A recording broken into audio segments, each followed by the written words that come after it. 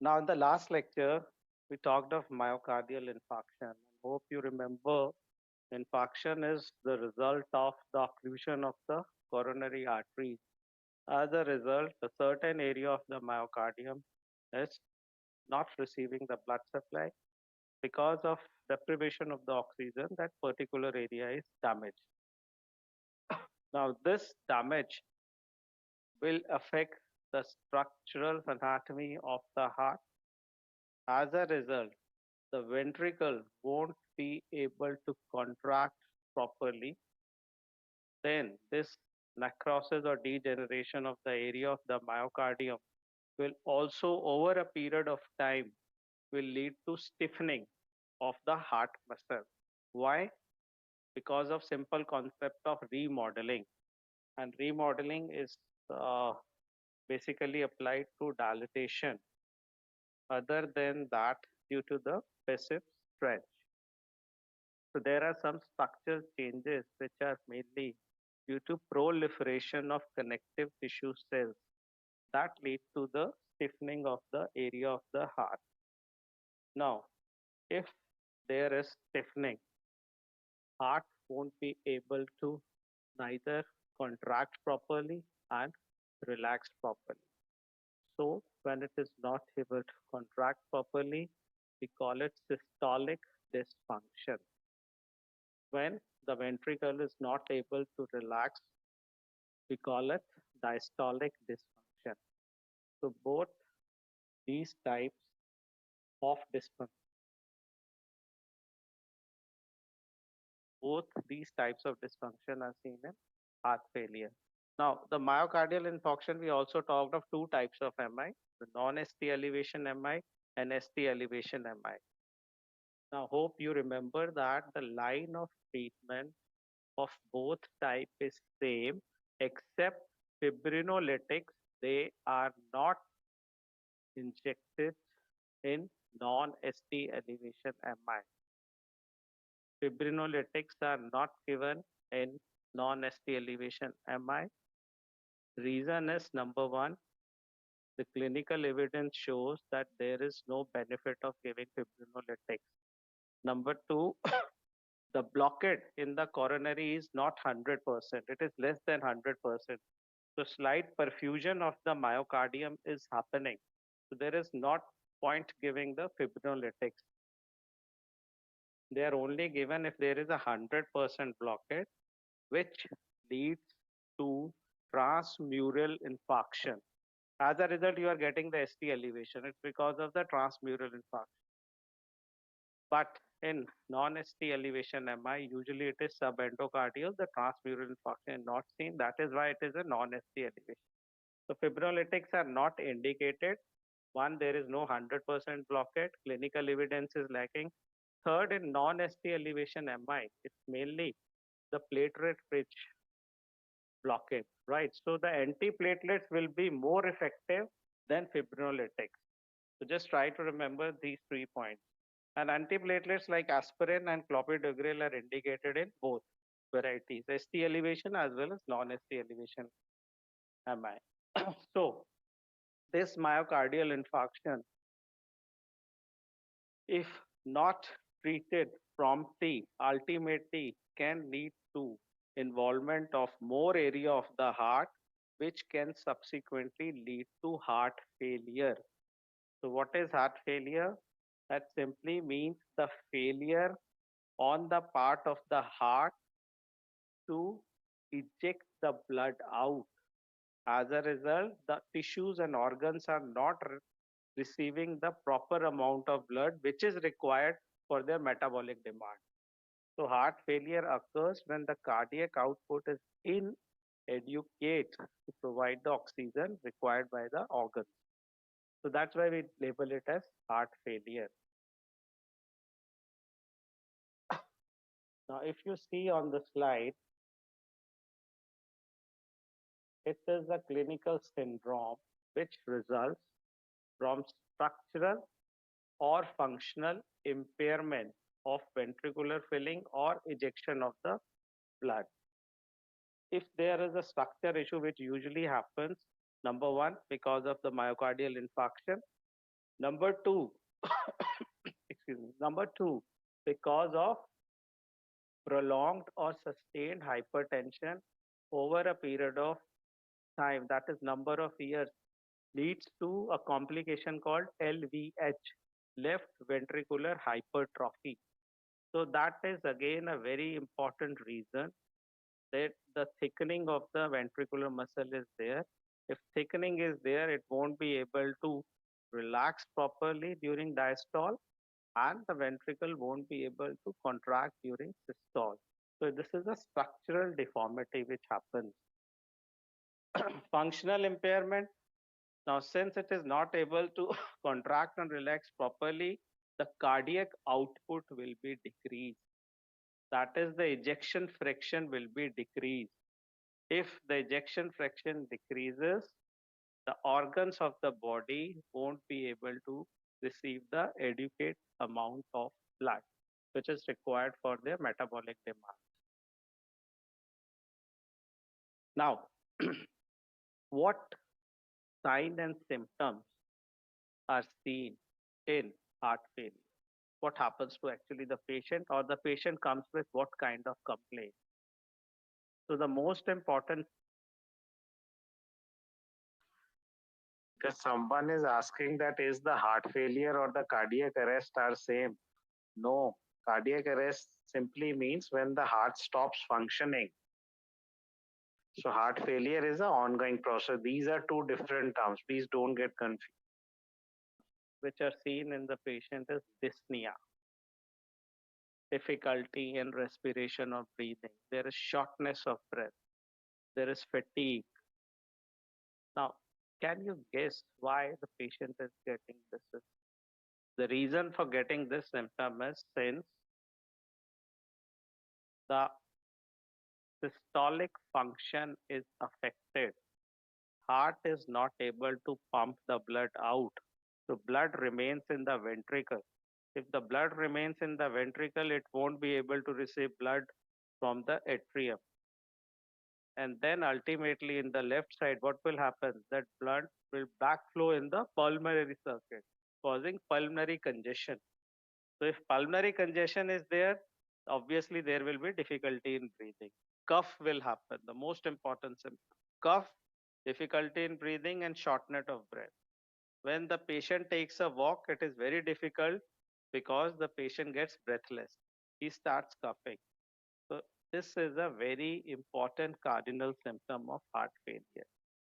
The signs are edema and raise on auscultation.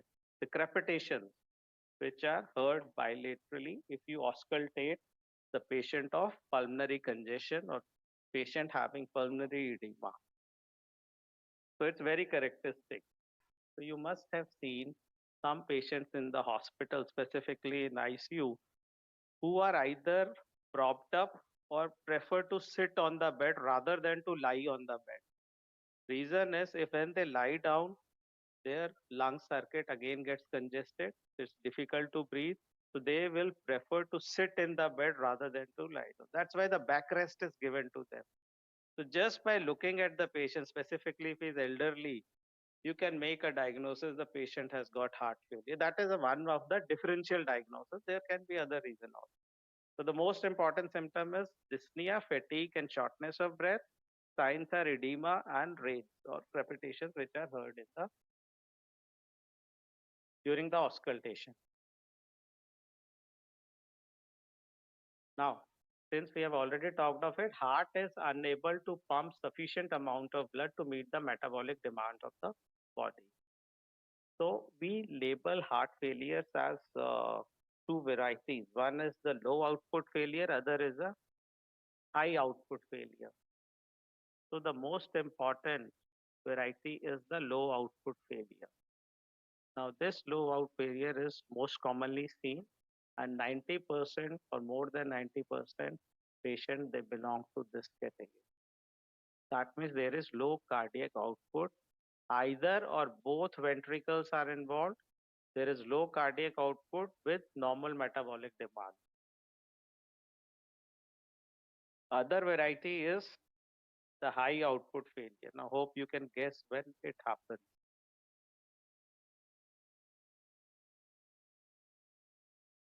which is usually rare. It is associated with anemia and hyperthyroidism.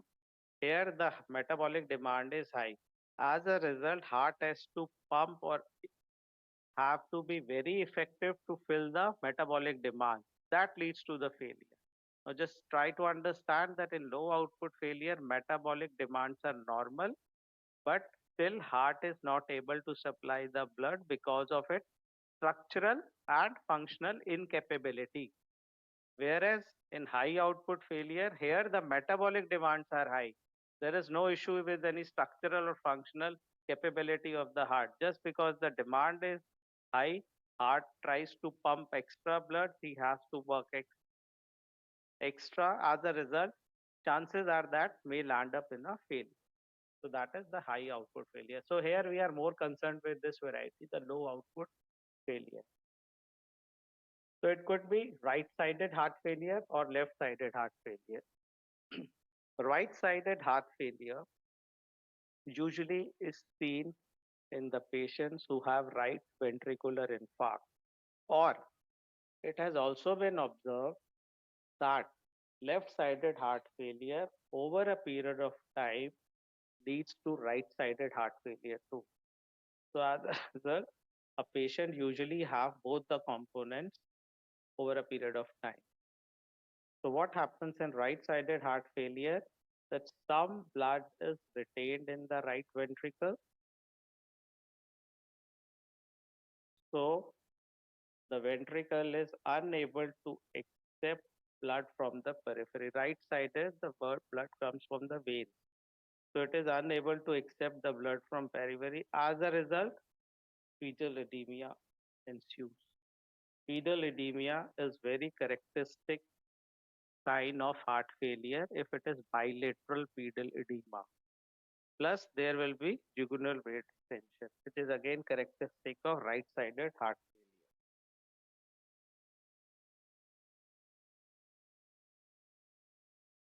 So, in right-sided heart failure, the signs are pedal edema and jugular vein distension. You can understand why it is happening.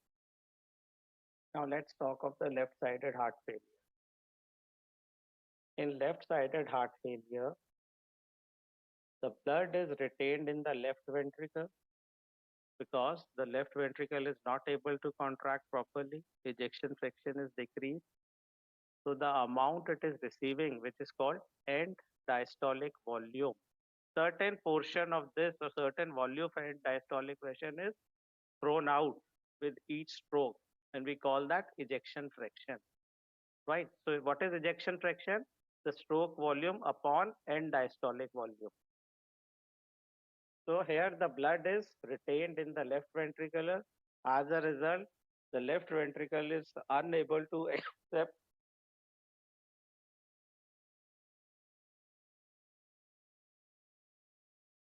so as a result, the left ventricle is unable to accept the blood from left atrium. So it leads to pulmonary congestion. In the left side, what you see is pulmonary congestion. In the right sided, what you see is pedal edema. So pulmonary congestion on auscultation, you will get capitation, and what the patient symptoms will be related to difficulty in respiration, shortness of breath, cough. So it leads to shortness of breath and dyspnea. I hope it is clear the difference between the right-sided and the left-sided heart failure. Treatment approach is also slightly different. We will discuss it in subsequent slides.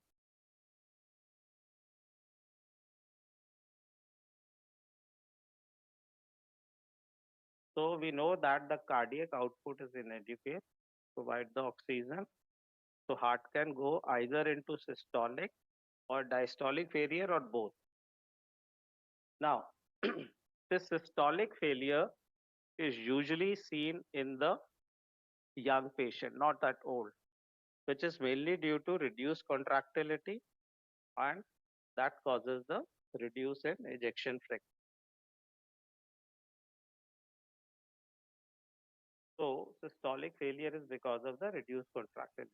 Diastolic failure is because of stiffening and loss of educate relaxation.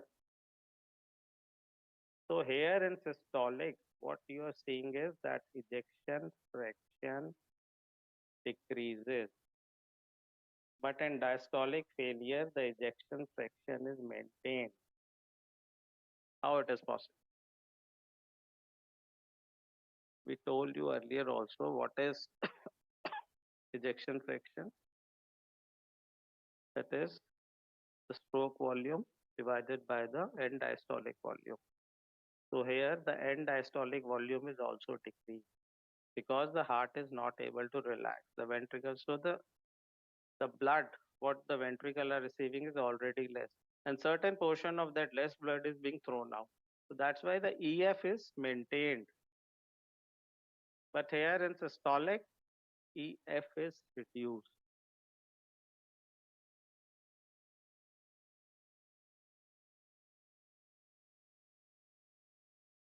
Right. So it is a progressive disease and there is gradual reduction in the cardiac performance. Causes are of heart failure. The most important one is the coronary artery disease, which ultimately leads to heart failure. Hypertension leading to left ventricular hypertrophy causes stiffening of the heart. Heart is not able to contract properly. Ventricular tachycardia, so the stroke volume goes down with BT. Diabetics and alcoholics. Alcoholics are responsible dilated cardiomyopathy. That is again a cause of reduced cardiac output. Right. So what we know is that ejection fraction is a ratio of stroke volume to end diastolic volume. Normally is usually considered more than 60%. If it is less than 60%, certain component of heart failure is there. So as we discussed in the previous slide, in systolic heart failure, ejection fraction is reduced, whereas in diastolic, it is maintained. Why? Because the end diastolic volume also decreases, the denominator also decreases with regard to the stroke volume. So the ejection fraction is maintained. Now, how we clinically assess? So echocardiography is done to assess the ejection fraction. We have got other tests like radionuclide scintigraphy and of course the cardiac MRI, but the echo is the most important thing and routinely done. Now, ventricular filling is dependent upon myocardial relaxation, which is further dependent upon rate of uptake of calcium by sarcoplasmic reticulum. Now, this rate of uptake of calcium can be enhanced by adrenergic stimulation, and it is reduced in ischemia, also in ventricular hypertrophy and pericardial compression. So as a result, diastolic dysfunction is seen.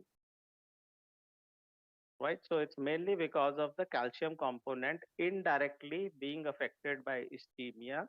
So rate of uptake is reduced and the diastolic component has got dysfunction. So what are the causes of heart failure? The most important is the coronary artery disease. Please do remember, whenever it is asked in Viva, the first thing what you're supposed to say is the CAD. Could be due to MI or myocardial ischemia. Then hypertension. Another important cause for depressed ejection fraction. It could be chronic volume upload because of some valvular deformity. Chronic lung disease, cor pulmonale again can lead to heart failure. Then non-ischemic dilated cardiomyopathy, some drug related and other reasons, bradyarrhythmias also. But the most important one is CAD and hypertension, which you should remember. Right. Now, when the heart failure sets in, so the tissues and the organs are not receiving the adequate amount of the blood, which is responsible for their dysfunction. The body tries to compensate it. Obviously, when the cardiac output is low, the body will try to activate the sympathetic system to increase the heart rate and also to increase the cardiac output. Now, initially, these compensatory mechanisms do help, but over a period of time, they rather are detrimental to the functioning of the heart. Let's see. So, what are the compensatory responses? Number one, there is increased sympathetic discharge. Because the cardiac output is low, baroreceptor reflex also gets activated. As a result, other reasons also centrally, the sympathetic discharge is increased. There is activation of RAS. The reason is the low cardiac output because of the heart failure will lead to less perfusion of the kidneys. So as a result, there will be release of renin and the RAS system will get activated. If the RAS system will get activated, the aldosterone will be released that will be responsible for sodium and water retention. Also, angiotensin 2 will cause vasoconstriction. As a result, it will try to increase the afterload. And the remodeling effect. These are all compensatory because the heart muscles go into increase in volume or hypertrophy to get over the low cardiac output.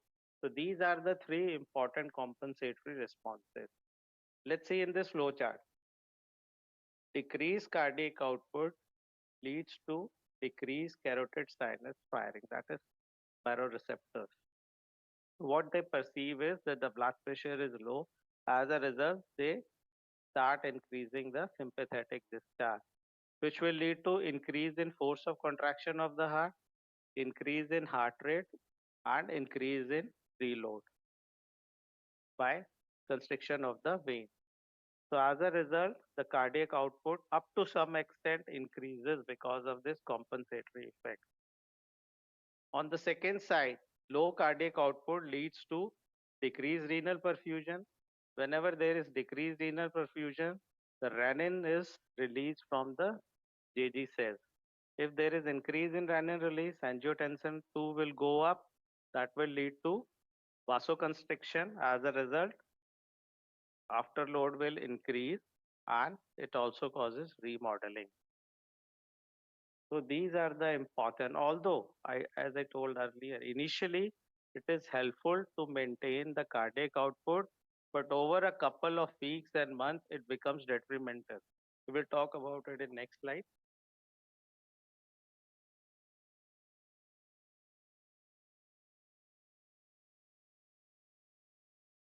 Now, what you see out here is decrease in cardiac output leads to increase in sympathetic discharge.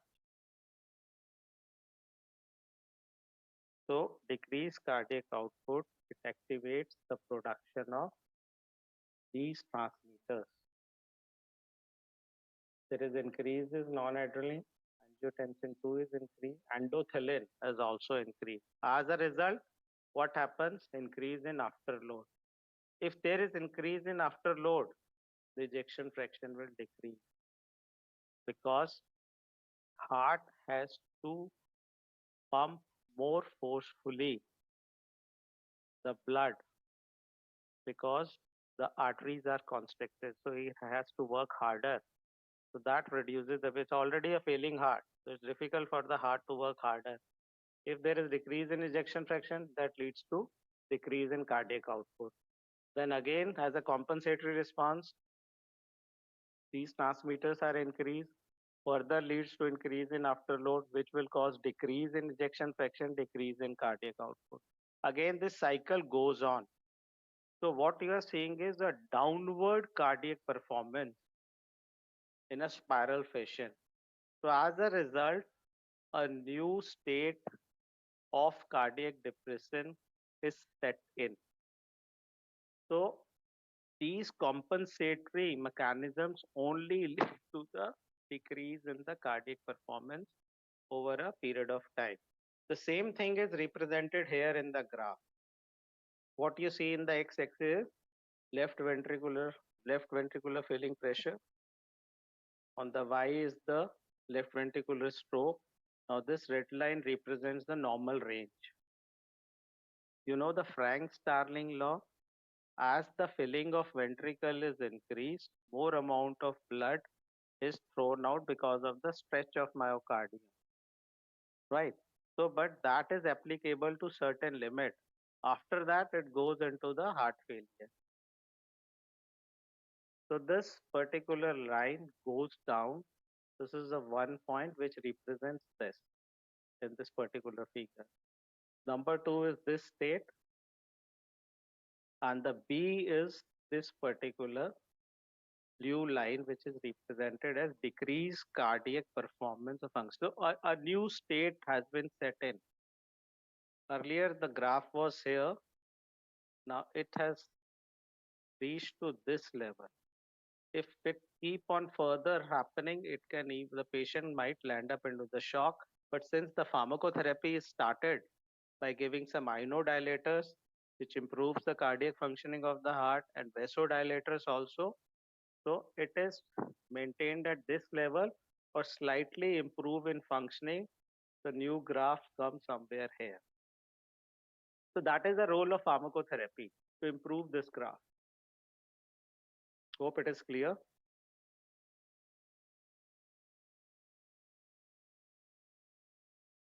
So what are the clinical manifestations of heart failure? The early manifestations are dyspnea, fatigue and shortness. Late manifestation is orthopnea. Whenever the patient is supine, tries to lie down, he'll end up either with a cough or shortness of breath and difficulty in respiration. There is paroxysmal nocturnal dyspnea, anorexia, nausea, fullness of stomach because of the congestion. Nocturia is again a very important symptom, and peripheral edema.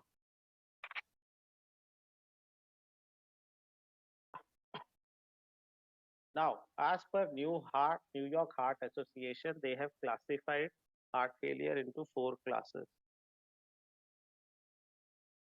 Class 1 is patient with cardiac disease, but without resulting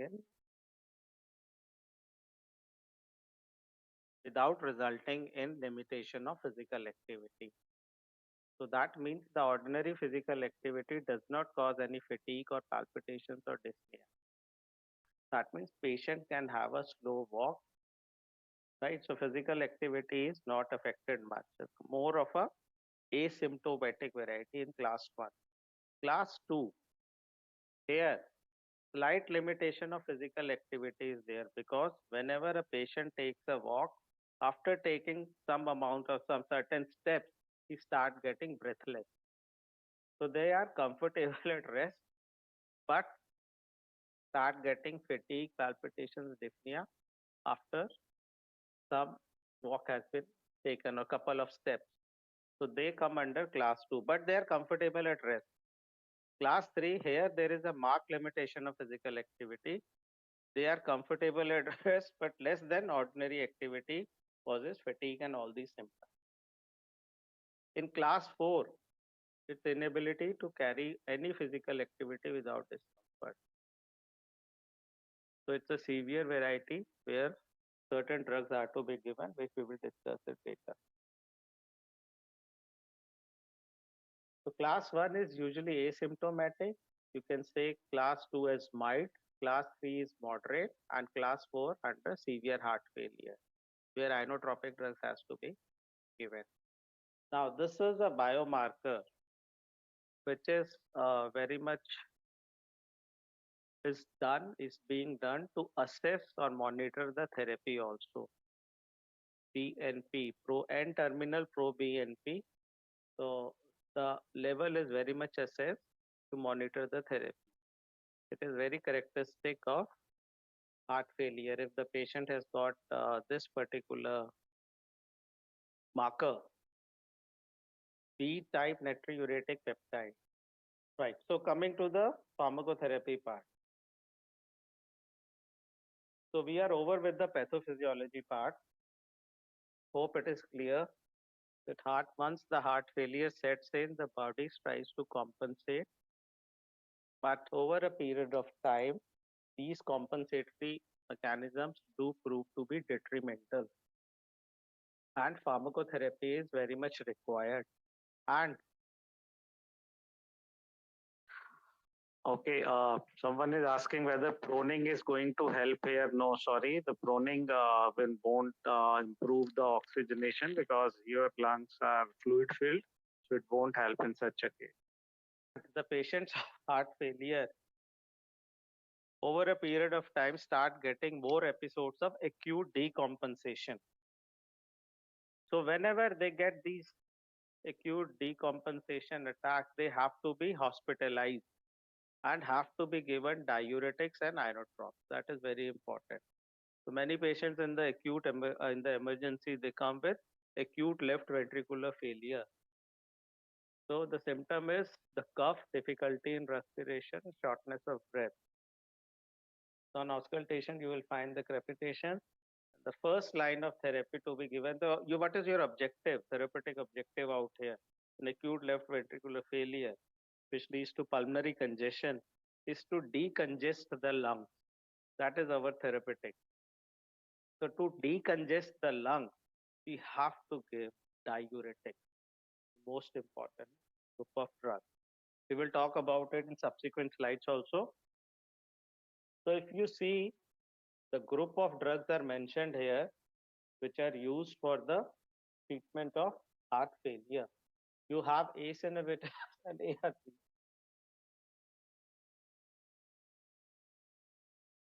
So these RAS modulators, the RAS modulators are the first line of therapy. The RAS modulators are the first line of therapy. Please remember that for the management or the treatment of heart failure. Then comes diuretics, beta blockers, aldosterone antagonists, and the combination of hydralazine and nitrate, and then inotropic agents. Or if we divide this particular group of drugs into two varieties, we can call them the drugs with non-inotropic potential, non-inotropic drugs, and last group is of inotropic drugs. Now this non-inotropic are very helpful and the most important group of drugs which is used for the treatment of chronic heart failure, chronic congestive heart failure. Inotropic agents, most of them are required in acute decompensation.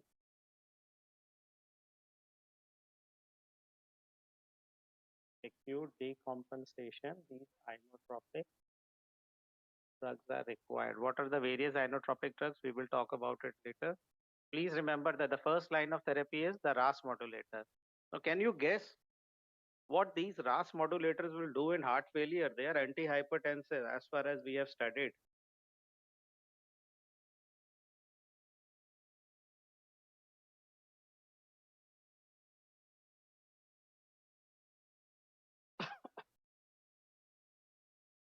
Okay. Yes, you people are rightly answering. They prevent the remodeling, they reduce the preload as well as afterload. That is very important. Before going into the individual group of drugs, I just want to show this flow chart with the steps where various group of drugs are indicated. Let's say the heart failure, when the heart failure sets in, it leads to decrease in cardiac output. So to increase the cardiac output, what kind of drugs we can give? Inotropic agents or digoxin. So what these drugs will do? They will increase the force of contraction of the heart. So they are indicated at this particular step. Right. So when there is decrease in cardiac output, it's lead to compensatory increase in sympathetic nervous system. That can stimulate the RAS system also. So to curb this particular step, we have beta blockers to decrease the effect of sympathetic activity on already failing heart. So beta blockers are indicated.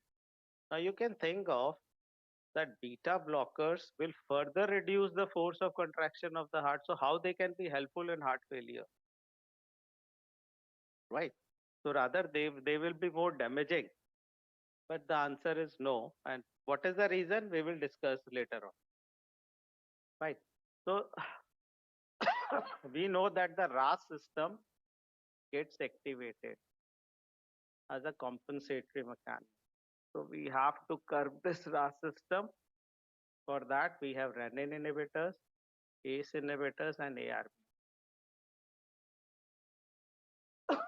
So these are the RAS modulators, right? So what they will do, they will prevent the remodeling of the heart, number one. Number two, what they will do is decrease the preload as well as afterload.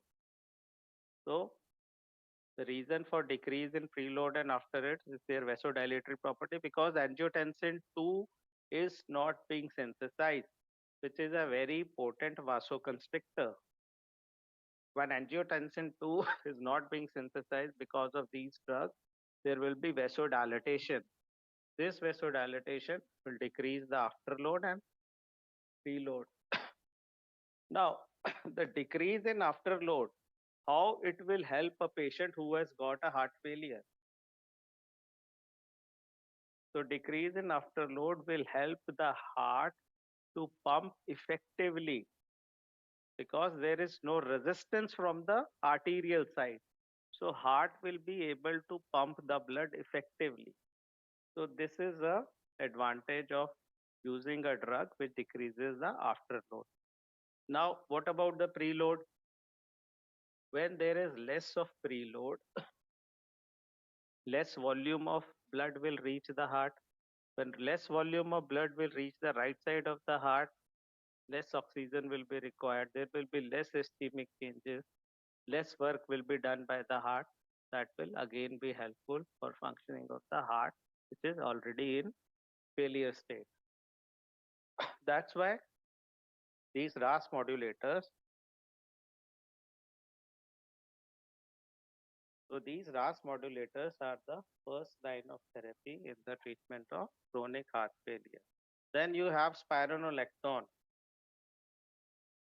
You know that spironolactone is an aldosterone antagonist, and aldosterone is responsible for causing sodium and water retention, number one, plus it is also responsible for remodeling effect. Angiotensin 2 and aldosterone both are responsible for remodeling or structural changes in the heart. So if you have to inhibit this particular step, spironolactone is given aldosterone antagonist to inhibit the effect of aldosterone on heart. Diuretics, another most important group after RAS modulators is diuretics. Now we can easily understand it is a state of congestion and you have to decongest the lungs. Diuretics are most important, even the pedal edema, right? So you have pulmonary congestion as well as pedal edema. So diuretics will be very much prescribed.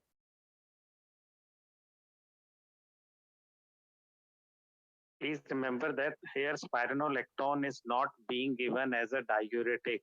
In heart failure cases, it is mainly to prevent the remodeling.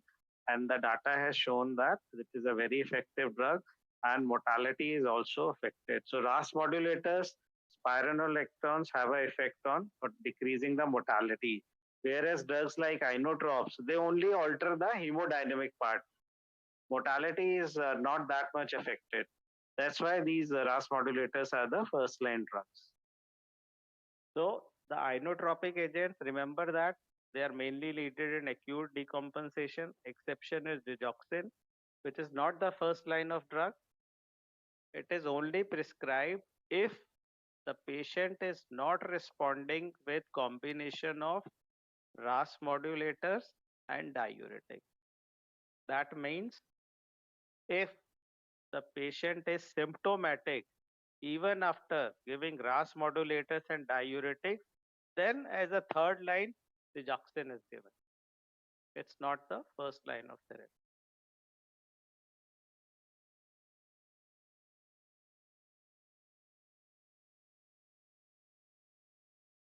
Right. So here is a list of drugs in two varieties of heart failure: chronic systolic heart failure and acute heart failure.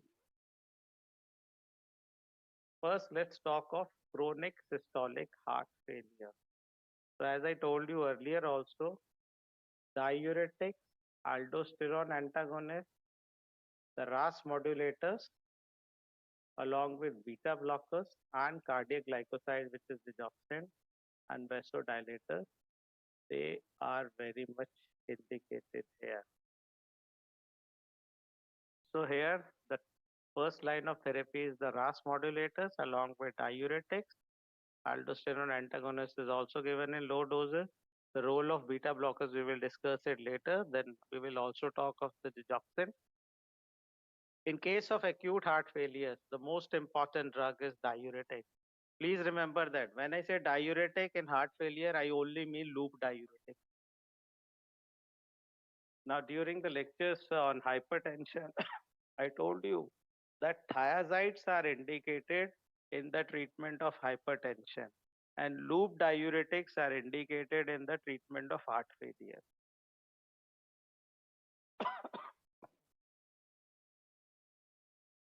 So thiazides are indicated in hypertension. And what is the reason? I told you in the last class also when we were talking about the hypertension. Although the loop diuretics are very potent and very effective, but they have a short half-life. So multiple doses are given and they cause sodium loss, which is much more than as compared to the thiazide. So they are not given for the treatment of hypertension, right? So they are only indicated in the heart failure patient where loop diuretics are given. In hypertensive emergency, yes, we can give a loop diuretic. Otherwise, not for the routine use. Since we are talking of heart failure, so loop diuretics are the first line of therapy. Then vasodilators and beta agonists. We will talk about these drugs later on. Just try to remember the various type of drugs.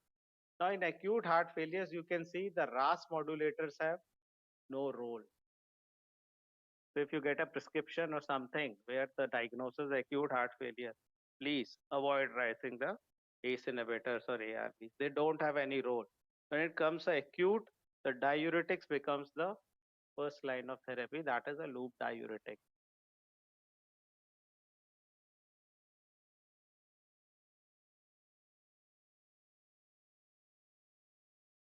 Right. So when we talk of diuretic, what is the role of loop diuretic in congestive heart failure? They will reduce the extracellular and ventricular filling, that is the preload.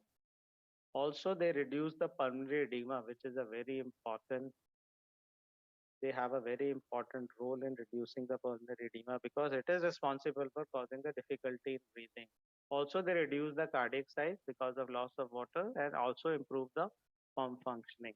But it is important to limit the dietary sodium when the patient is on these diuretics. So either furosemide or bumetanide is indicated. Thiazides, they have got the limited role. Although furosemide is given at the dose of 40 milligram OD, but usually doesn't work. You have to give two doses. Now, the problem, as you know, with furosemide is the most important adverse effect is hypokalemia. It causes the loss of potassium because the mechanism of action of furosemide is in the loop of Henle, the ascending part. So as a result, more of sodium will reach the distal and collecting tube where it is exchanged with potassium. Now, since you have blocked this pump, so this excess of sodium will be taken by the collecting duct or the late distal part and the potassium will be thrown out in exchange. So patient lands up with hypokalemia. So you have to prescribe a potassium sparing diuretic along with loop diuretic. So this is an important thing. Now these diuretics have minimal effect on mortality. But the drugs which have an effect on mortality are RAS modulators. That's why they are considered as first line of therapy.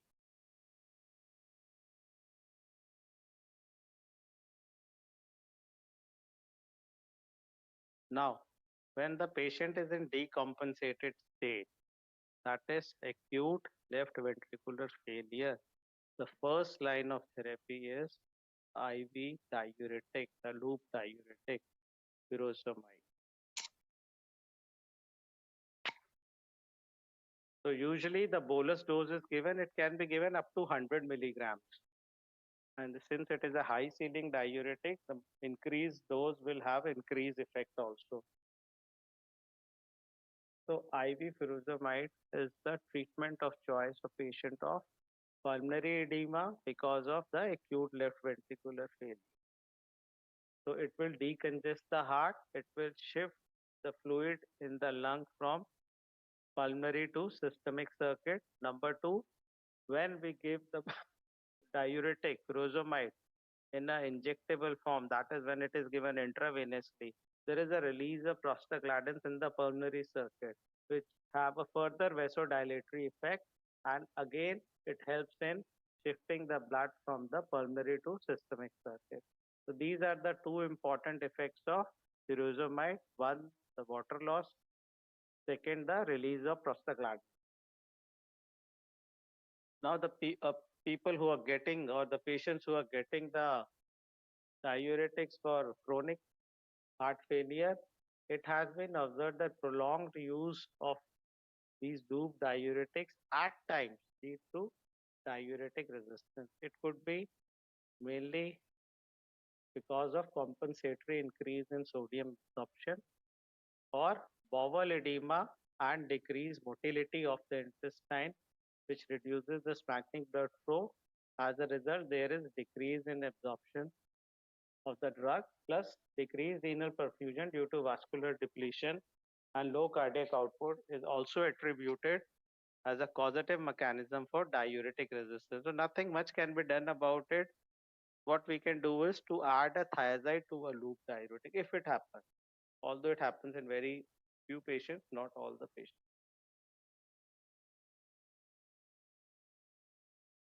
So since we have talked about the diuretics, they are very much indicated in heart failure. Please remember that in acute decompensatory state, we give the loop diuretic. Chronic state, again the loop diuretic. Thiazides are not required, not indicated at all. Second group of drug is the RAS modulators, although we have discussed about it. What they do is they decrease the preload and afterload. Number two, prevent the remodeling of the heart.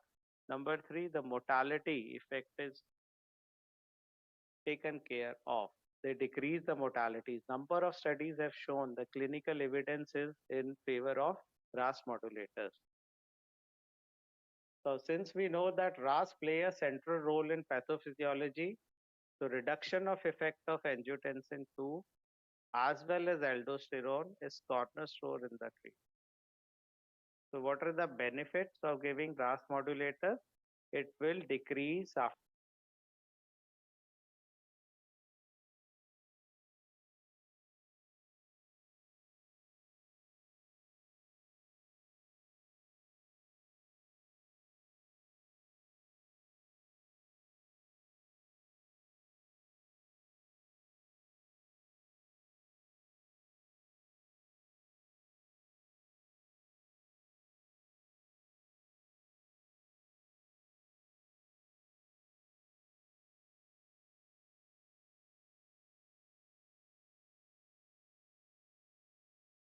afterload as well as preload.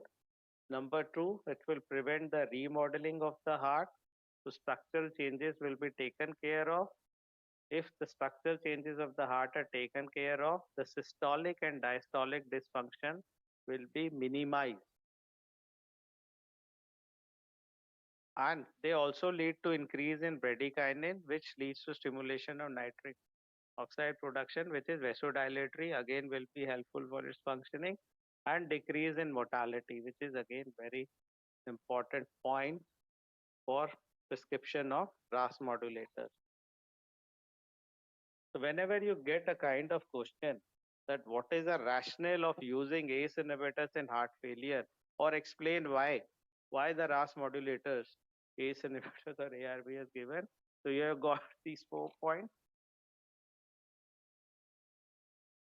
So you can write these four important points, or you get a short note and anything, that they decrease the afterload as well as preload. As a result, the functioning of heart is improved.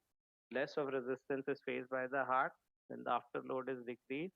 Remodeling prevention will have a less effect on the structural changes and decrease in mortality.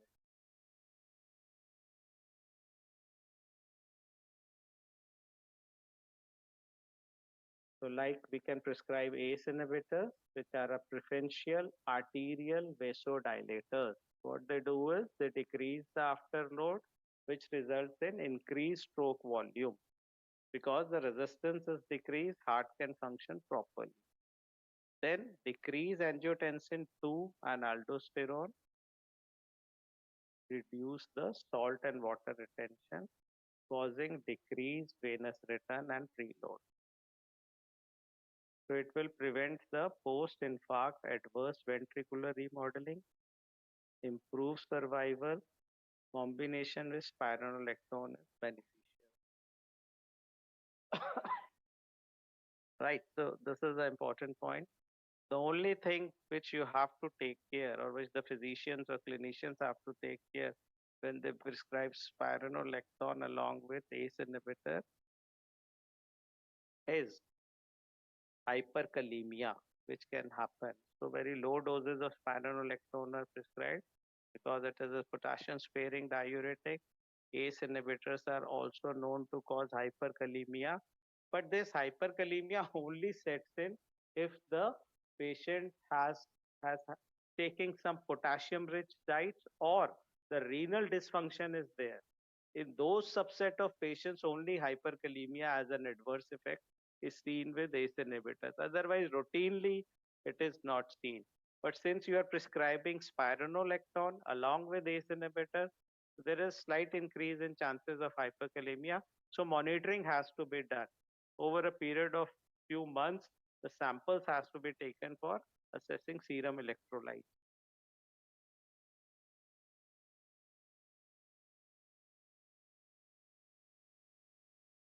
So it's the same story with ARBs, angiotensin receptor blockers. They are excellent alternatives to patients who are intolerant. Who are intolerant to ACE inhibitors because of any adverse effect, for them we can prescribe ARB. Now ARB, since we have plenty of experience also with ARBs, they are here in the last 10 to 20 years.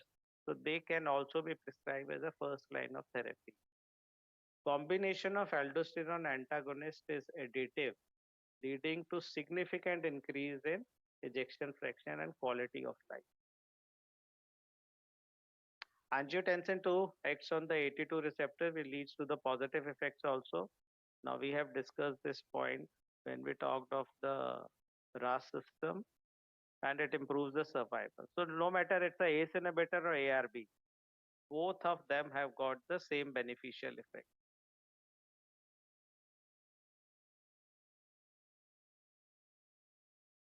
Now, since we were talking of beta blockers, what is the role of beta blocker as such? Because beta blockers are going to reduce the force of contraction, and that could be harmful or detrimental to a patient.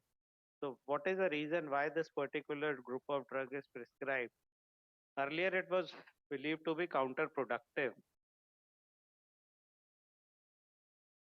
because sympathetic stimulation is required for enhancing the contractility, relaxation, and proper filling of the heart.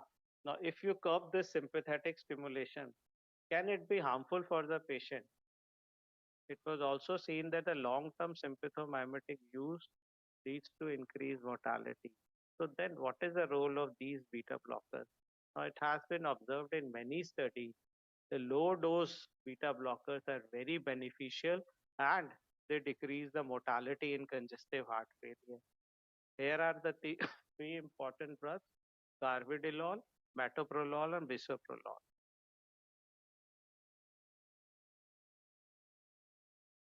So these three drugs are usually prescribed in patients of congestive heart failure in mild to moderate variety of heart failure, a class of heart, class 2, class 3, not in class 4.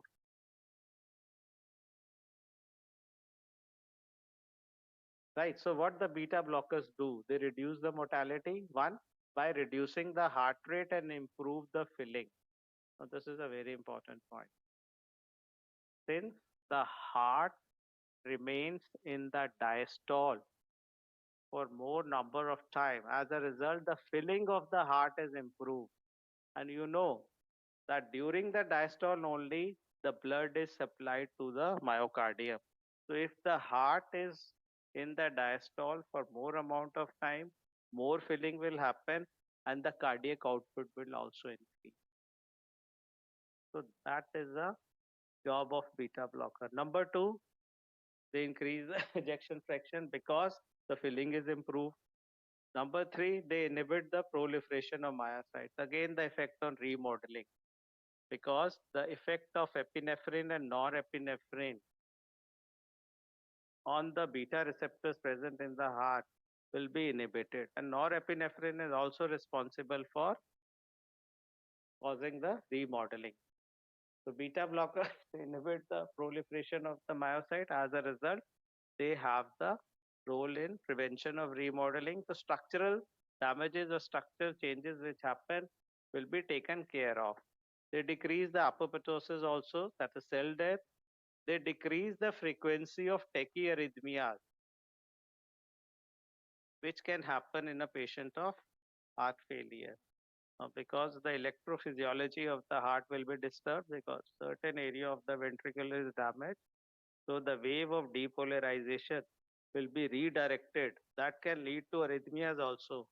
So beta blockers will prevent this situation. Plus, they also decrease the oxidative stress. Specifically carvedilol, it has got an antioxidant property also. So please remember these points, better write it down if possible, because usually it is asked in Viva and in questions also in the theory that explain why the beta blockers are indicated in congestive heart failure, or what is the rationale of prescribing the beta blockers, right? So you have got 5-6 points.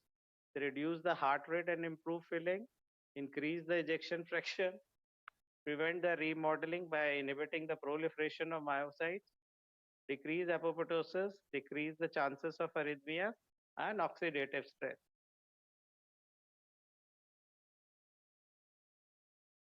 Right. So I think we should stop it here only. In the next lecture, we will talk of the.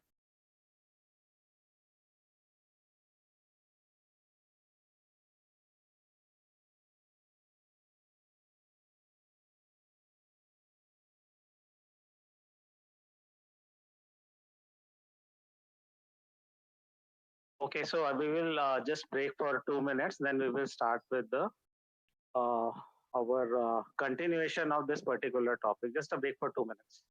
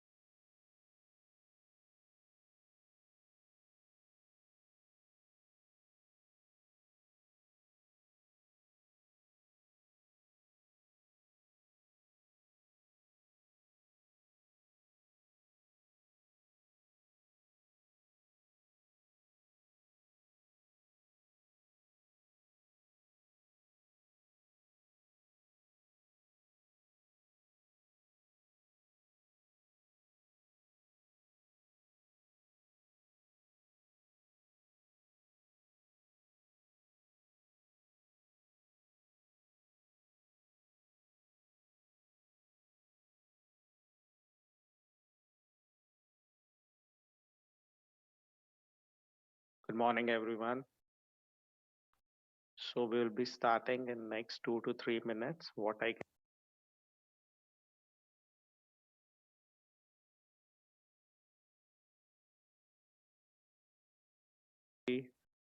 students on board.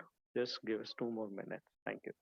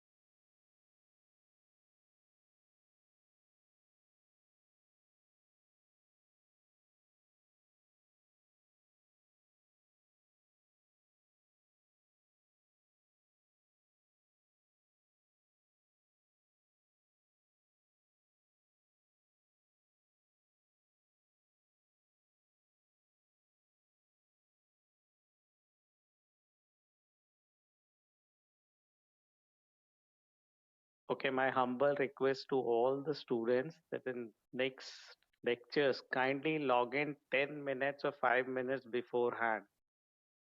We are in the same time zone, so please, doesn't matter. Just come 5 minutes in advance.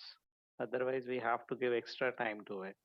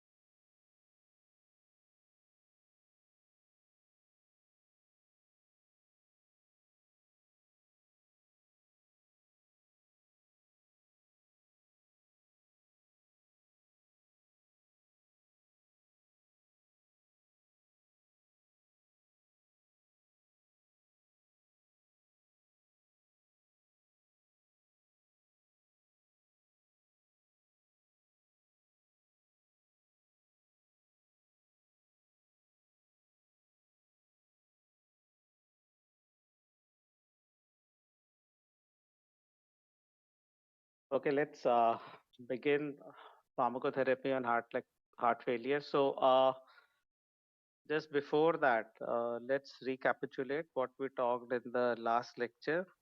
That what is heart failure and what are the causes of heart failure. Now, who's going to answer that? Please raise your hand and unmute yourself. Sorry, guys. Since you are viewing the recorded lecture, so maybe the things are getting repeated, but I am very much in touch. So don't worry, everything will be answered. No need to unmute microphones. The last year recorded lecture that I am playing. Whether a two-way communication is possible or not. What is heart failure and what are the causes? Who's going to answer that? Please raise your hand. Just a minute. Yeah. Pranshu Goyal, please unmute yourself.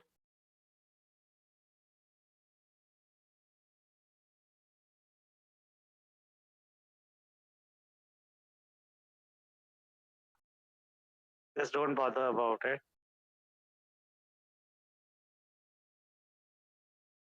You're not audible, Pranshu.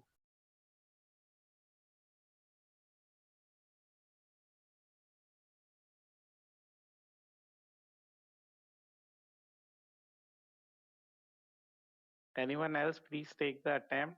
Raise your hand. What is heart failure and what are the causes?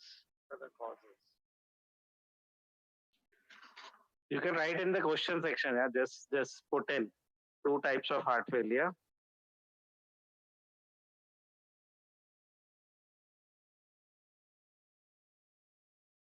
So anyway, fine. So as you all know, the heart failure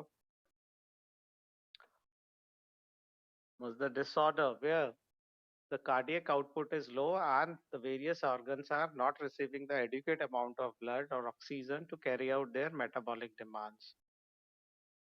Fine. So what are the causes? The most important causes coronary artery disease or hypertension. That is the reason which ultimately leads to the heart failure. Now the second question is what are the types of heart failure? So in the last lecture we talked of left-sided and the right-sided heart failure. So like in pedal edema is the sign for right-sided or left-sided heart failure. So this is a sign for mainly the right-sided heart failure, and the cause for right-sided heart failure is either the right ventricular infarct or the left-sided heart failure itself. Now, usually the pulmonary congestion, it is mainly seen in the left-sided heart failure or pulmonary edema. So that is again a very important finding in the left-sided heart failure. Then third thing, what are the different compensatory mechanisms? The compensatory mechanisms, number one are the sympathetic stimulation, number two, the RAS activation, number three, the remodeling, the ventricular remodeling. So these are the three important compensatory mechanisms which our body tries to bring back heart to the normal functioning level for the adequate amount of cardiac output. But over a period of time, these various compensatory mechanisms ultimately lead to deterioration for which we have to give the drugs. The pharmacotherapy is very much required at that point of time. So the question comes, what type of drugs are indicated in the heart failure? So there are 4 or 5 important group of drugs, but the most important being the RAS modulators. When I say RAS modulators, what I mean is ACE inhibitors, ARBs. ACE inhibitors are angiotensin receptor blockers. Now, why? What is the job of the RAS inhibitors in heart failure? Please remember that the RAS inhibitors or modulators, they are responsible for decreasing the preload as well as afterload. If the preload is decreased, the venous pooling will be there, the heart will receive less amount of blood, the preload will be less. And if the afterload is decreased, it will be easy for the heart to pump the blood. So functioning of the heart will improve. So that is the reason the ACE inhibitors are very much indicated. The main job is that they decrease the preload and afterload. Number two, they prevent the remodeling of the heart. The structural problems or the structural issues will happen because of proliferation of the cardiac cells. So that step is also taken care by the RAS modulators. So they are the first line of therapy in heart failure. Remember that. RAS modulators are first line of therapy in heart failure. They are also the first line of therapy in hypertension. Right. So in heart failure, RAS modulators have shown that they improve the mortality. They have an effect on mortality also. So that is again a very important reason that this group of drugs are indicated in heart failure. Number two, and a very important group of drug is diuretics.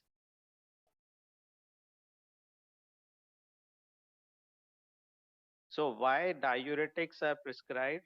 For the very simple reason, there is accumulation of water in the body in a form of pulmonary congestion, in a form of pedal edema. So diuretics like loop diuretics, furosemide, they are prescribed to drain out this extra fluid to promote the diuresis. And loop diuretics here are very effective. Thiazides are not effective. Thiazides are indicated in hypertension. Here, loop diuretics are prescribed to take care of pulmonary congestion and pedal edema. So, second important group is diuretic. Number one was RAS inhibitors. Third comes beta blockers. Right. So, beta blockers we also talked about in the last lecture.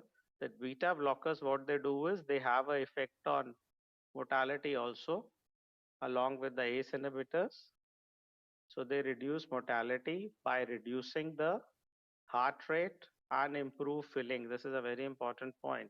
If the filling is improved, the output will also be better. They increase ejection fraction.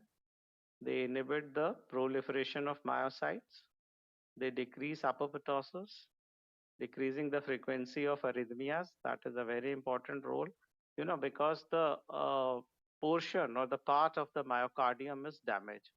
So the electrophysiology of the heart is totally defected.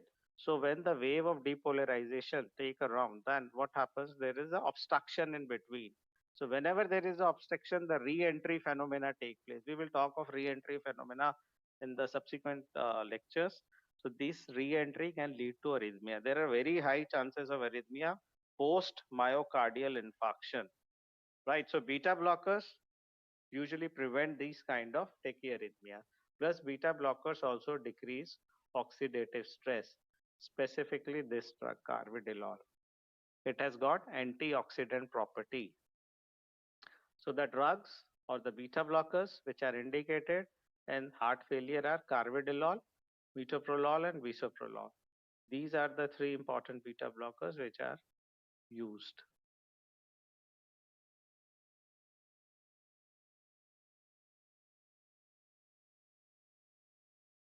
Right.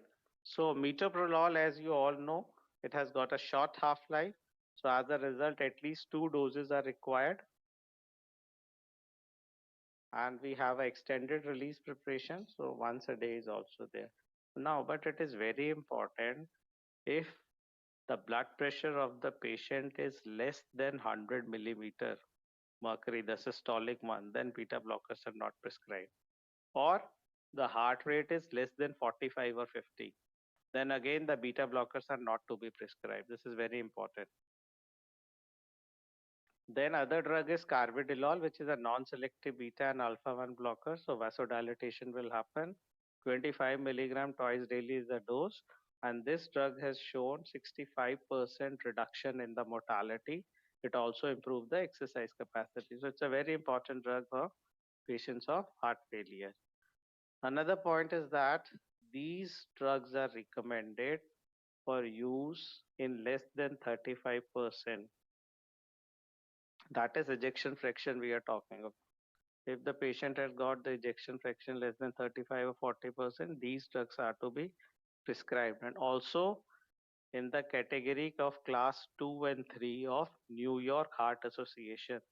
Class 2 means the mild cardiac failure, class 3 means the moderate heart failure, where there is problem when the patient takes a walk or do some physical activity, then he gets the respiratory distress. So there is a problem of fatigue and difficulty in breathing on physical work. So they come under class 2 and 3.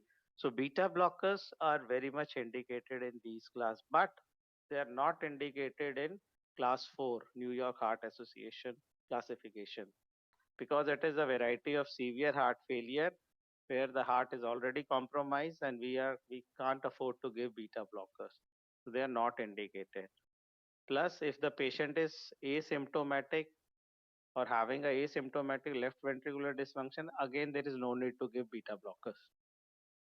That means in class 1 and class 4, no need to give beta blockers. In class 2 and class 3, beta blockers are indicated.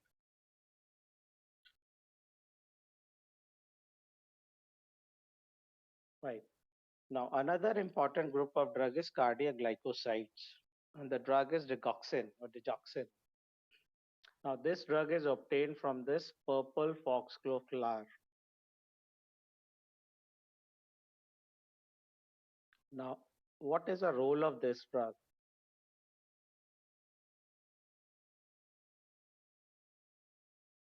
Now, 20 or 30 years back, this particular drug was the first line of therapy for the treatment of heart failure, because at that point of time, we were devoid of RAS modulators. Market में आए ही नहीं थे. You know, all these ACE inhibitors and all, they came in 70s and 80s, right? So, और कोई option था नहीं हमारे पास. So digoxin was the only drug. And what is the role of this drug is that it improves or increases the force of contraction of the heart. That is the main job of this drug.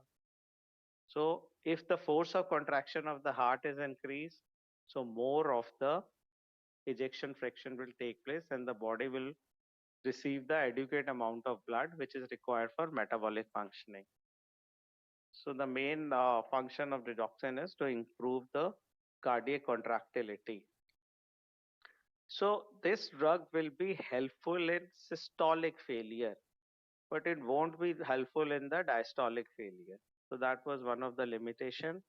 Second thing, there is hardly any effect on the mortality. It alters the hemodynamics. Yes, it alters the hemodynamics, but the mortality effect is not up to par as compared to the RAS inhibitors.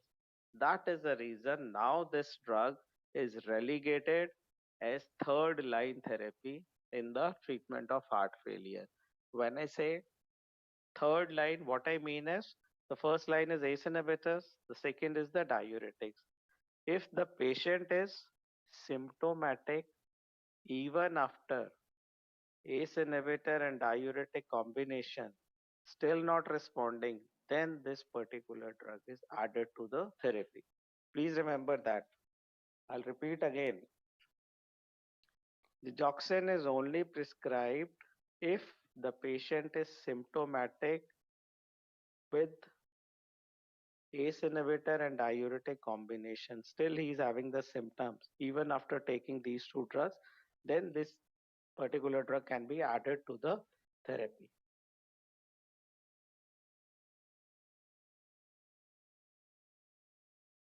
Right. So the important mechanism of action is that this particular drug works by inhibiting membrane sodium potassium ATPase in the myocytes. So it inhibits this particular pump. And what is the effect we will see in the next slide. Just write it down that the main function of digoxin is inhibition of, or the mechanism is inhibition of plasma membrane sodium potassium ATPase in myocytes. It has got a positive ionotropic effect on failing myocardium. That is, the force of contraction is increased. Number 3, it suppresses the rapid ventricular rate. Then again, it is a very important point, how we will see in the next slide, and what is the advantage of this point. Suppression of rapid ventricular rate Then the regulation of effect of sympathetic overstimulation is also taken care by digoxin because of its central sympatholytic effect. Plus, it also dampens the baroreceptor reflex. So these are the four important points. Please note it down or write it down. Usually it is asked and explain why. What is the rationale of giving digoxin in heart failure? Or explain why the digoxin is given in heart failure. Inhibition of, this is the mechanism, inhibition of sodium potassium ATPase, positive inotropic effect, so increases the force of contraction, suppression of rapid ventricular rate. How, what it do is that at the AV node, it increases the effective refractory period. ERP is increased. Now, if the refractory period is increased at AV node, the impulses coming from the atrium will be slightly delayed before it reaches the ventricles. So it is acting as a barrier. Now you must have seen a lot of barriers on the roads put in by the traffic police and others. So these barrier will streamline the process, right? So only one by one you can pass through it. So that is the job of this drug on the AV node. It acts as a barrier, increases the refractory period. So let's say if the atrium is contracting at the high rate. Usually it happens in atrial fibrillation, atrial flutter. So those impulses can easily pass through the ventricles and the ventricle will also start contracting fast, which will be very harmful for the patient. So to avoid this phenomena, the AV node, it increases the or put the brake on the AV node by increasing the effective refractory period. Then it regulates the sympathetic overstimulation also.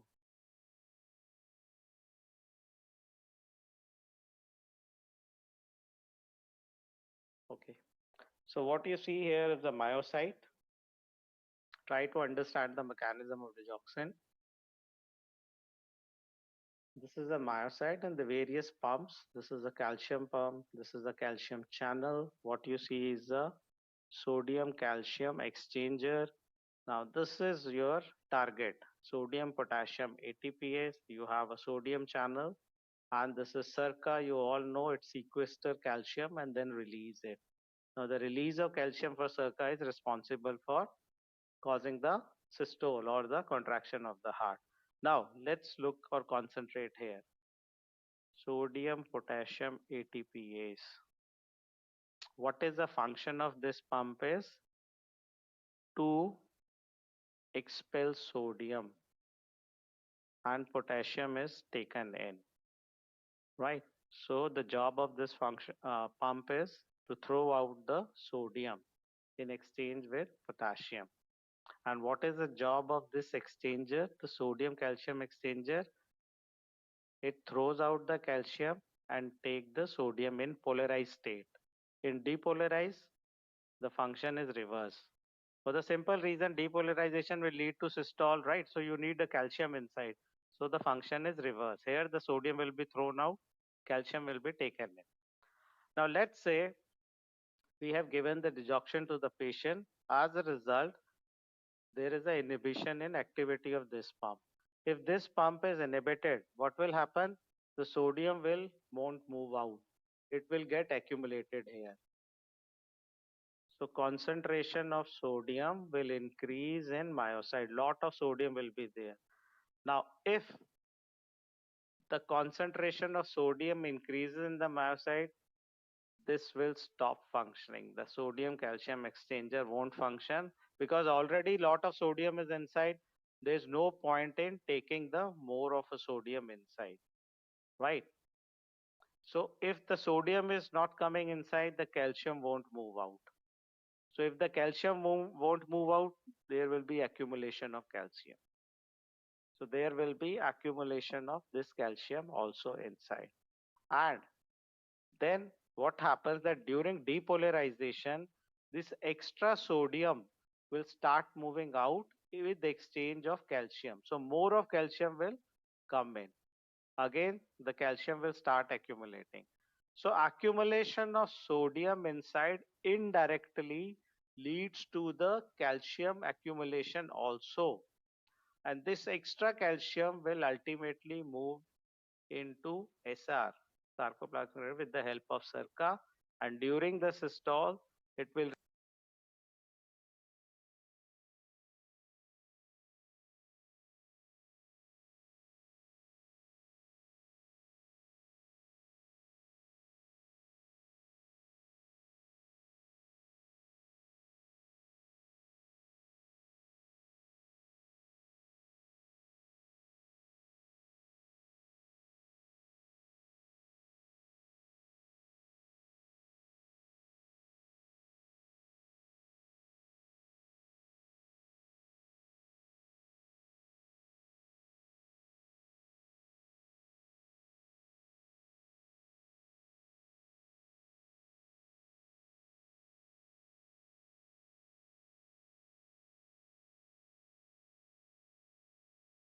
treat the toxicity. अब तो हो गया है, अब treat करना है ना. So most important point in the treatment is potassium infusion और potassium supplementation.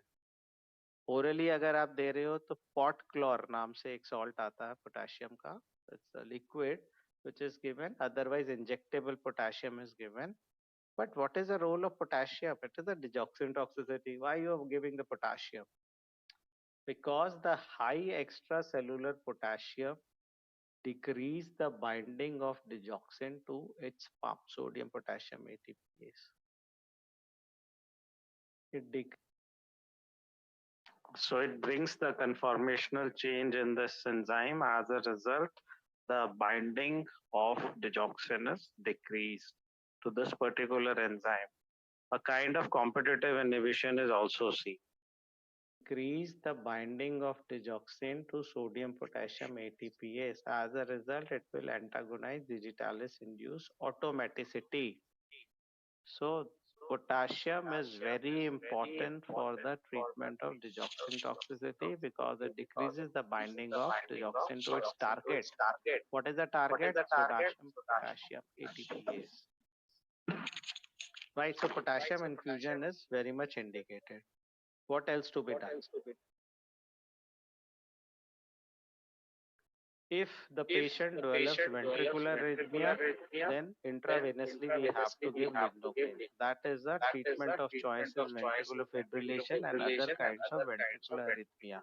So if the patient is having that, lignocaine is to be given. If the patient is having supraventricular arrhythmias, we give beta blockers. Beta blockers are integrated in supraventricular arrhythmias and ventricular lignocaine.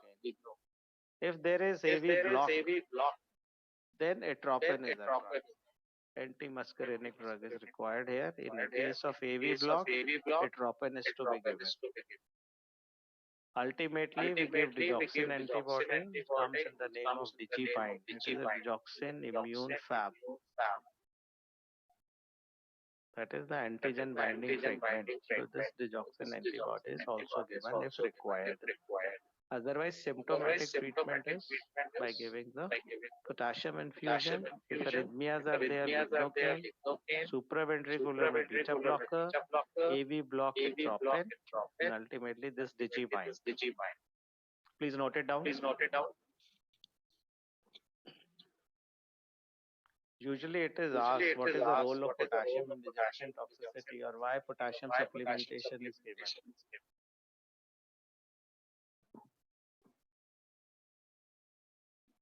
Hope you remember the effect of digoxin on the ECG, increase in PR interval and QT shortening. Let's move on to the next slide. Now, important drug-drug interactions with digoxin. You know, that is another reason why this drug is not that popular. It has got a lot of interactions also. And now this drug has been relegated at third-line therapy. So fortunately, we have got RAS modulators and they are the best to be given to a patient of chronic heart failure. Please underline the word I am saying is chronic, not in acute heart failure. Acute heart failure, we have got diuretics and some other vasodilators. RAS modulators are only for chronic systolic or diastolic dysfunction. mainly for systolic. Acute heart failure is a totally different condition. It is a decompensated condition for which the group of drugs are different. We will talk about it later. So what do diuretics do? They cause hypokalemia. So अगर hypokalemia होगा, that will lead to increase affinity of digoxin to sodium potassium ATPase and can lead to digoxin toxicity.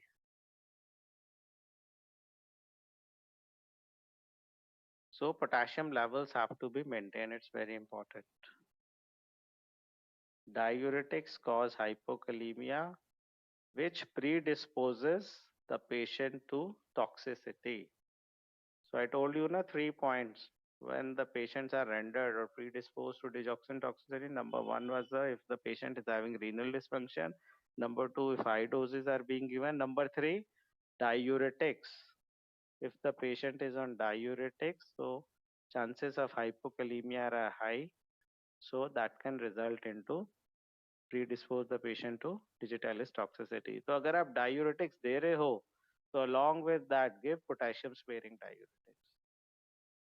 Potassium sparing diuretics has to be co-prescribed along with diuretic. That is loop diuretic here. Then quinidine. By reducing the binding of digoxin to tissue proteins and inhibiting the efflux pump can lead to increase in plasma concentration of digoxin, तो toxicity होगा. Right, I'll show you a table of all the interactions. Hope it is audible. There is no echo or anything now. Is the voice clear? Please try to click or take a snapshot. In the next slide, I'll just show you. Right, here it is. Better take a snapshot.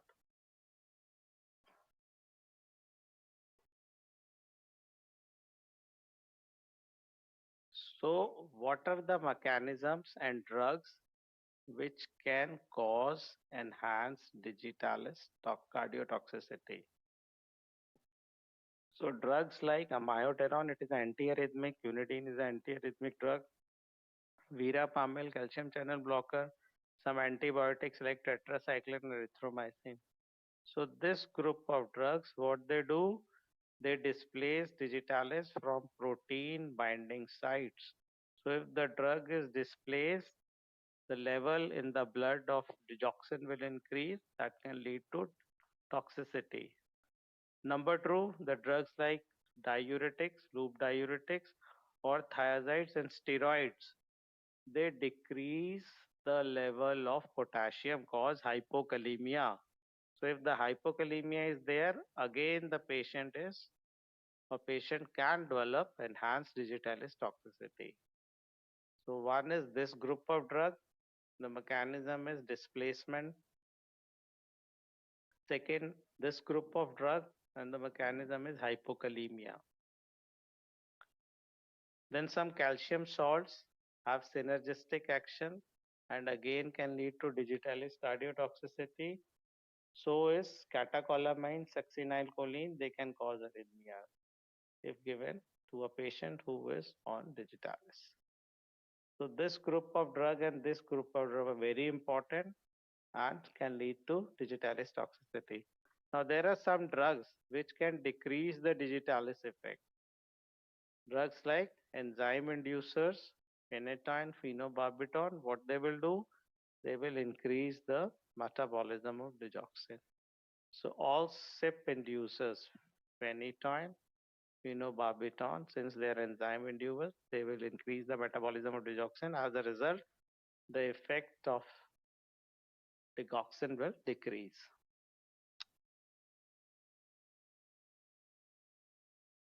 Drugs like antacids, sucralfate and neomycin, they decrease the absorption of digoxin. So if the absorption is decreased, again the efficacy will go down. Similarly, if the patient has got hyperthyroidism, there will be increased renal clearance of digoxin. Then again the effect of this particular drug will go down. Cholestyramine will decrease the enterohepatic circulation of digoxin. So please take a snapshot It covers all the drug-drug interactions seen with this particular drug.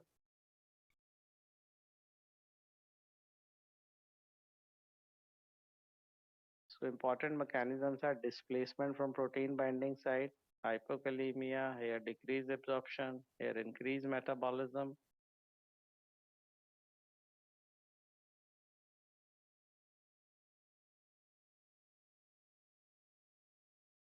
Right.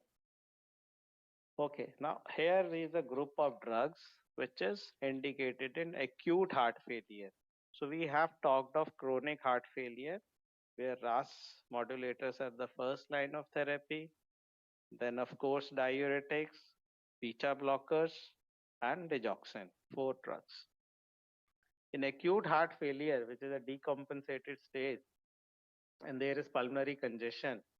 So vasodilators like hydralazine, NTG, nitroglycerin, and sodium nitroprusside have to be given intravenously. Hydralazine, primarily a arteriodilator, NTG is a venodilator, sodium nitroprusside affects both arteries and veins. So venodilators are indicated if high filling pressure with symptoms of pulmonary congestion is there, because it will decrease the preload. Venodilators will decrease the preload. Pulmonary congestion up to some extent will be taken care of. Arteriodilators are given if there is a low cardiac output with symptoms of fatigue. So when the arteries will be dilated, heart will be easily able to pump the blood out. In chronic heart failure, combination of hydrazine plus nitrates, the very important combination, orally given. Hydralazine and nitrate, a combination of this particular two drugs, arteriodilator and a venodilator, is given in chronic heart failure. Let's say for some reasons the patient is intolerant to ACE inhibitors or ARBs. As an alternative, we have this combination. This will decrease afterload and nitrate will decrease preload. ACE inhibitor भी यही काम कर रहे थे, to decrease the preload and afterload.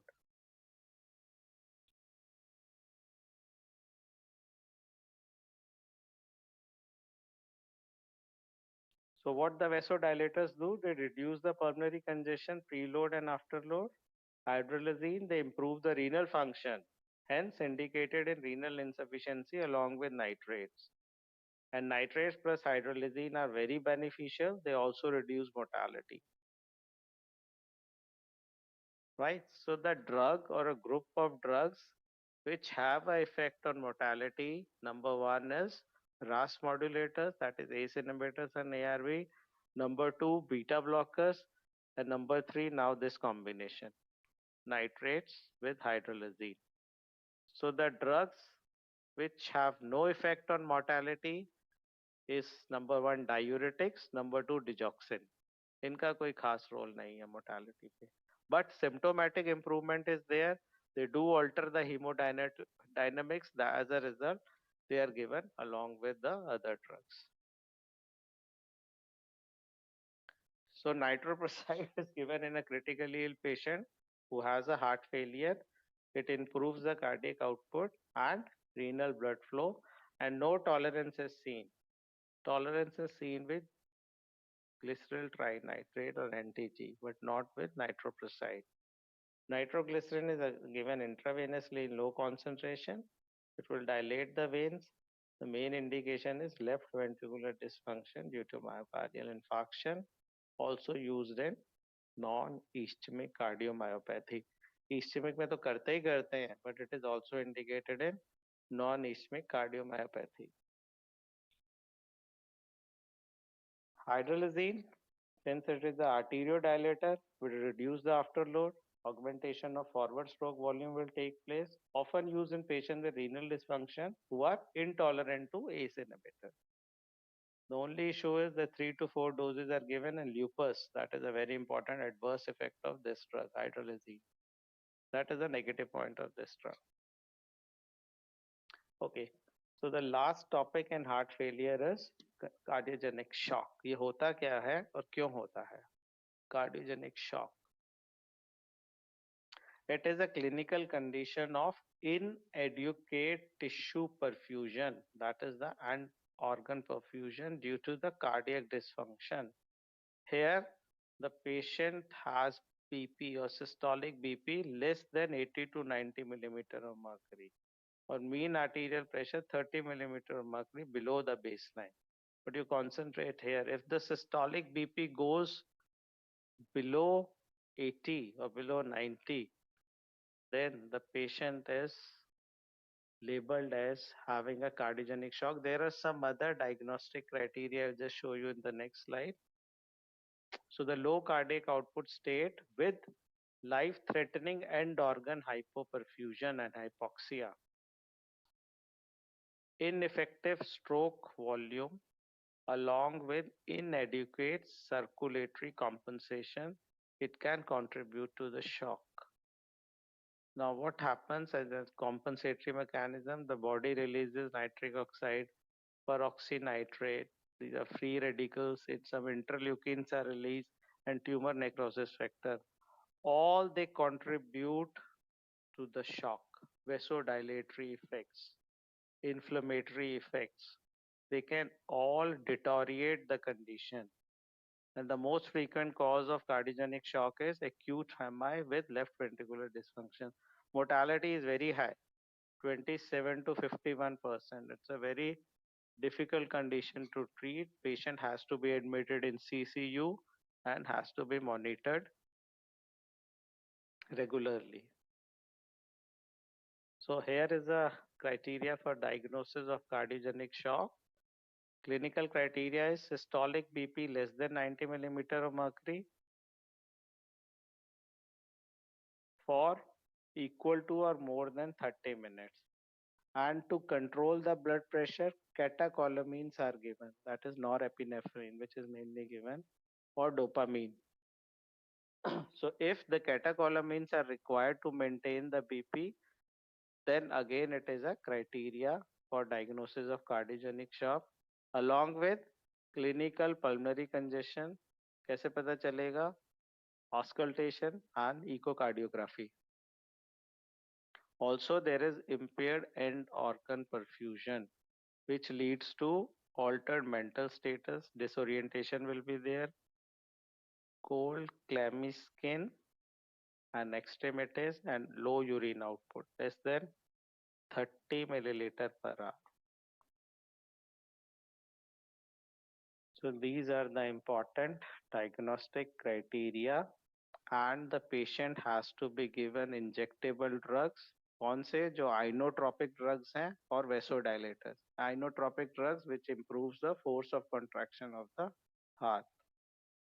The point is, what is the need to give vasodilators? Because we have to maintain the renal perfusion.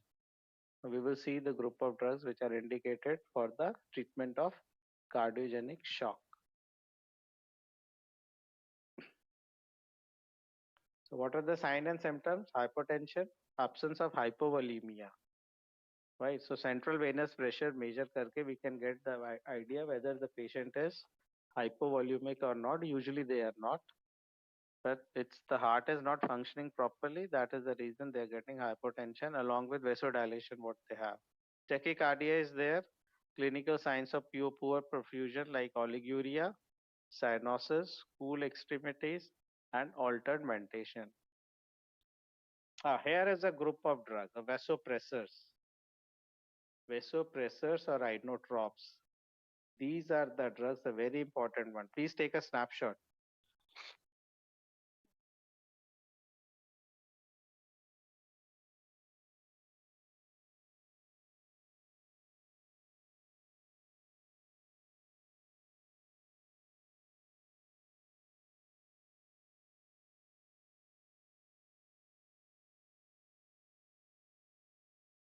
So we have dopamine, norepinephrine, epinephrine, phenylephrine, and vasopressin.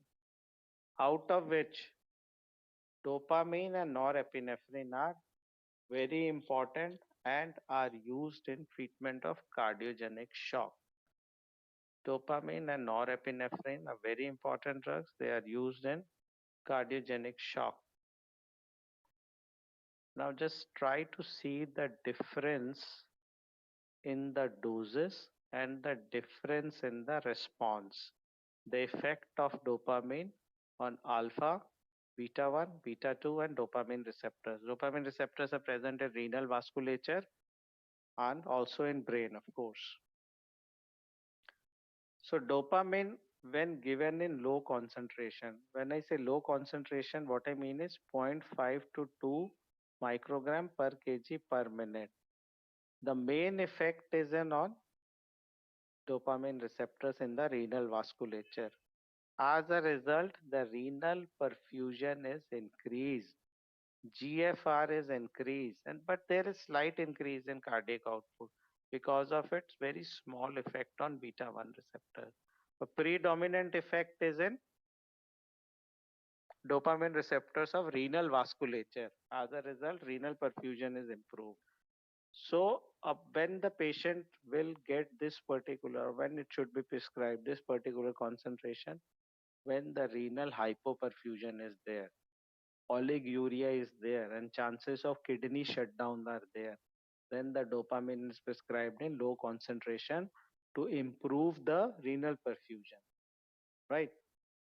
So when this drug is given at 5 to 10 microgram per kg per minute, then its predominant effect is on beta 1 receptors and slight effect on dopamine, but main is on beta 1. So beta 1 means improve in force of contraction of the heart. As a result, the cardiac output will improve. So in cardiogenic shock with patient who is having a very low cardiac output, the dopamine is given at this dose.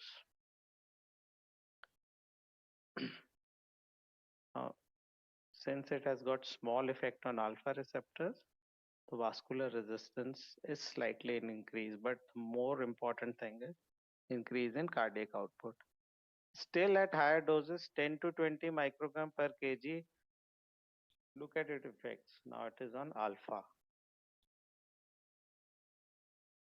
So if the alpha receptors in the vessels are stimulated, they will lead to vasoconstriction.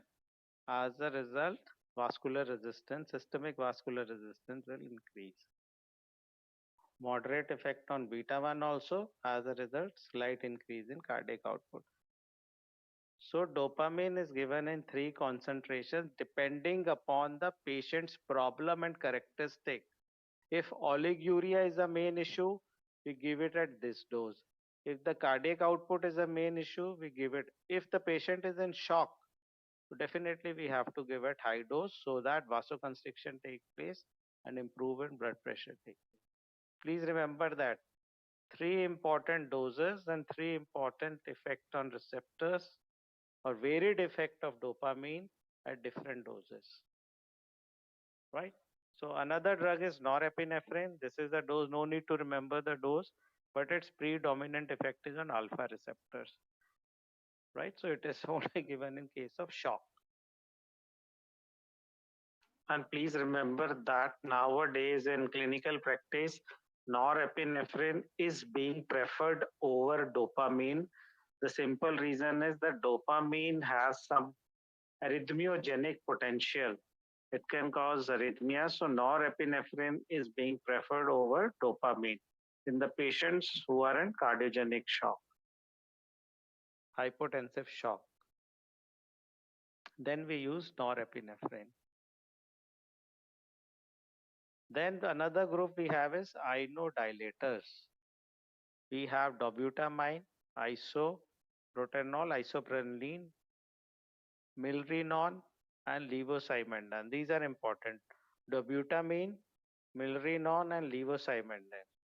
No need to remember the doses. Just remember that dobutamine predominant effect is on beta 1 receptors. So if it will stimulate the beta 1 receptors in the heart, force of contraction will be increased. So there will be increase in cardiac output. Slight effect on beta 2, which is vasodilatory. So vascular resistance and peripheral vascular resistance is decreased.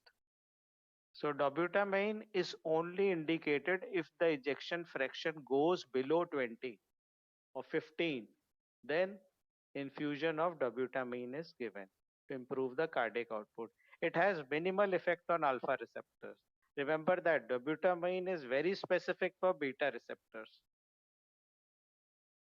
And dopamine has got varied effect depending upon the dose. Milrinone is a phosphodiesterase 3 inhibitor. Cyclic AMP increase hoga, it will also increase slight cardiac output and decrease of vascular resistance. Levosimendan is a calcium sensitizer. Myofilament calcium sensitizer, also a PG3 inhibitor. So slight increase in cardiac output and decrease in vascular resistance. So they are called inodilators. Why they are called inodilators? Ino means they are improving the force of contraction. Dilator is at the same time vasodilatory effect is seen.